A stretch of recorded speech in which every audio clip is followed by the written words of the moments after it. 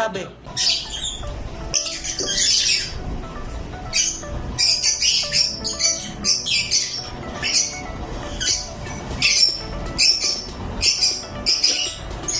Patakaan muna tayo ng mga African lovebirds.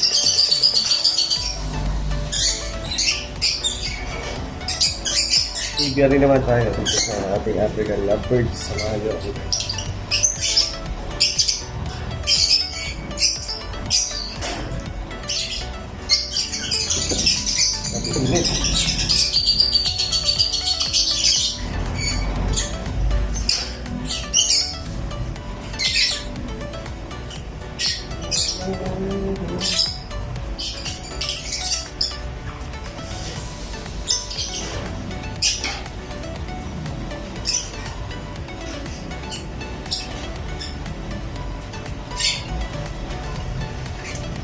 Update sa mga ating breeder, wala pang mga egg kasi sobrang init, hindi sila makapag-produce. Yung iba, inakay ko namamatay, sobrang init niyan.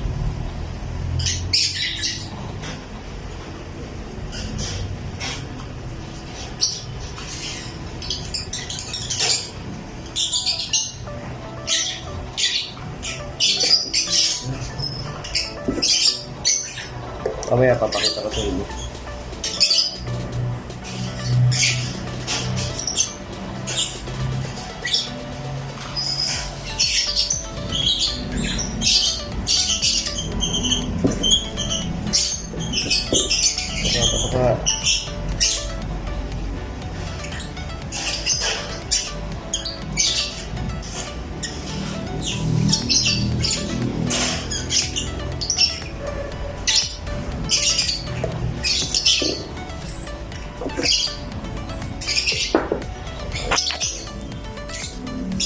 Ito yung mga wild type natin.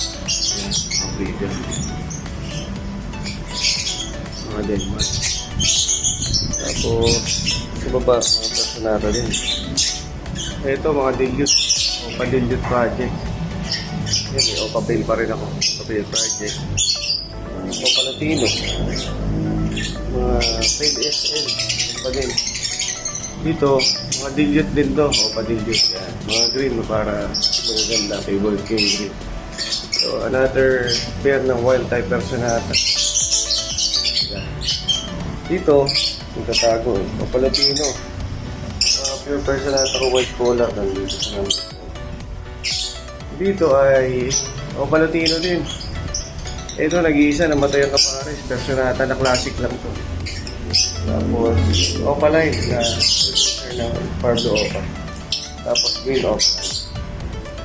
Nandito sa price ng mga yan, may mga Green Opa, Pablo Ewing, PB Opa, mga Denmark na Green Personata rin. Mga 4 months old. Gaganda na. Hindi pa nakakapag-molt. Pag nag-molt to, lalo na. Tapos syempre, nandito si Kay. Nag-iisa natin kakatay. Ito yung handpig ko. Sipol ka, Kay.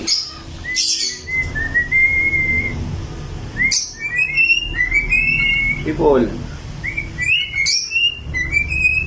Galing, oh. Isa pa. Very good. Galing ni Kay, ah. Sikat, oh.